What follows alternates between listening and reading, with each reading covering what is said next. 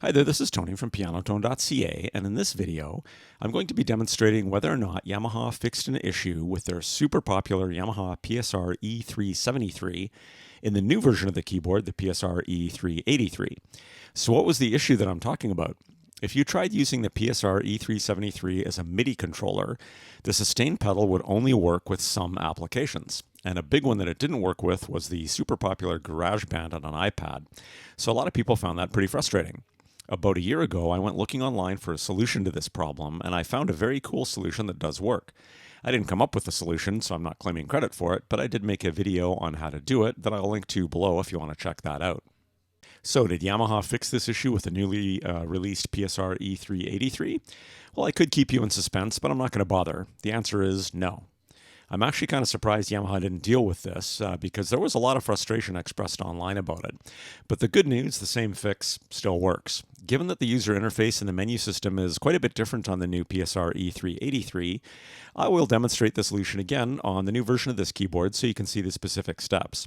If you've got a PSR E373 and you want to see the specific steps for that keyboard, then follow the link in the description to my other video.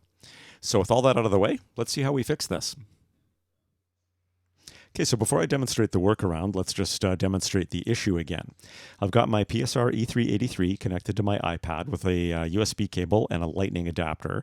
So when I play the E383, it's going to be sending MIDI data of what notes I'm playing to the iPad. Now, I wanted to make sure that the only audio you're going to hear in this video is coming from the iPad.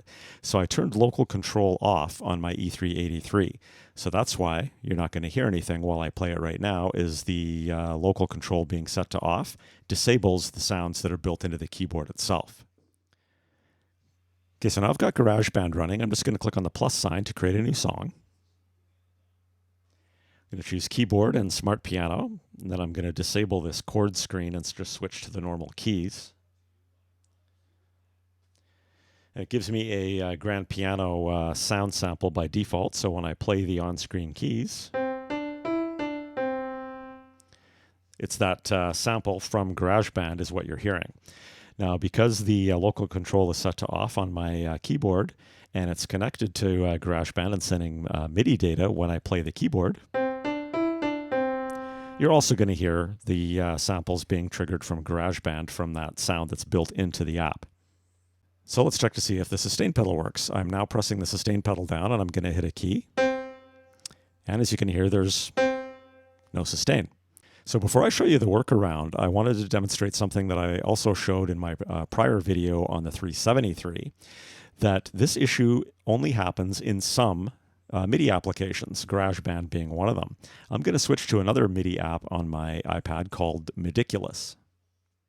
Okay, so MIDICulous also has built-in sound, so when I play the on-screen keyboard in MIDICulous, now that sound is coming from the MIDICulous app. So same thing, I can trigger that sound from the E383 as well. So that's great. Now when I press the sustain pedal down, looks like MIDICulous has actually picked that up because you can see the little sustain pedal that's on screen's turned blue. So I'm going to keep holding the sustain pedal down and see if it works. And it does. You get sustain. So as I mentioned, it works with some apps and it doesn't work with others. Let's go back to GarageBand so we can see what the workaround is to get it working with that app. Okay, so I'm back in GarageBand. Sustain pedal, not working. So let's see what the workaround is. Okay, so the first step is to set your keyboard to duo mode. This splits the key bed into two halves, each with the same octave range. It's meant to have an instructor sit beside you at your keyboard and give you a piano lesson. So on the E383, this is very easy to do. There's actually a dedicated duo mode button. So when I press the duo mode, you'll actually see a little light up on the screen that's going to say duo. And now we've got this keyboard split into two ranges that are the same. So when I play C, D, and E up here, and I play it down here, you can see it's exactly the same. So let's just quickly check whether the sustain pedal works. I'm going to hold the sustain pedal down and just hit one note. And looks like all you have to actually do to get the sustain pedal to work is enable duo mode. Only problem is, though, if I start to try to actually play a song, Sounds kind of bizarre, and it sounds bizarre because the left side of the keyboard has been shifted up 2 octaves, and the right side of the keyboard has been shifted down 1 octave. So all we need to do to fix that is cancel those octave shifts. So I'm going to press the function button,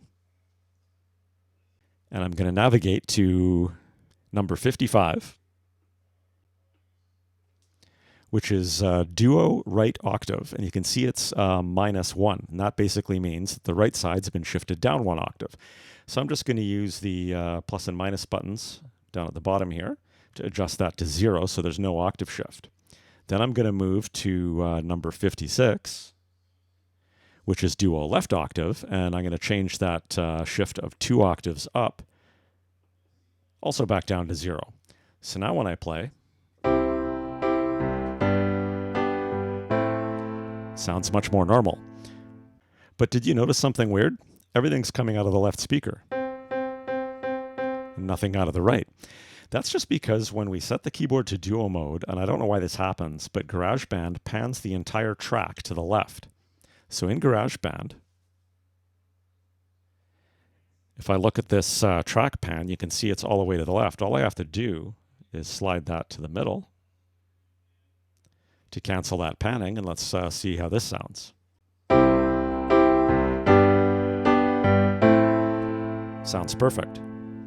So I don't use MIDI much myself, so I'm not going to bother doing this next step. But if you do use MIDI a lot with GarageBand and your PSR-E383, you might want to save this setup that we've just done as a registration so that you don't have to keep redoing it every time you want to work with GarageBand. So to do that, all you have to do is hold down Shift and hit registration memory. It's going to ask you for a registration memory number to use. So you've got all of these slots you can pick from. There's 10 slots. And you choose one, which one you want to write it to, just by hitting the appropriate button. So 1, 2, 3, 4, etc. So if I wanted to save it to registration memory 4, I could do that by hitting that button. And then when I wanted to recall it quickly, all I would have to do is hit registration memory, and then it says load which one, and I go load number 4, and I'd have my settings back that are ready to work with GarageBand. So that's pretty much it for this video. I'm a bit disappointed Yamaha didn't deal with this with the E383, but I'm glad that the same workaround still does work to get it working properly with GarageBand. So I've included some links below to the version of this workaround that I made a year ago for the 373, and also a link to my initial review on the new PSR-E383. And as always, I've included some links to check out current prices on these keyboards in your area, as well as some links to some online piano training that I can highly recommend that really worked well for me. So thanks again for stopping by, and happy piano playing. Have an awesome day. Ding.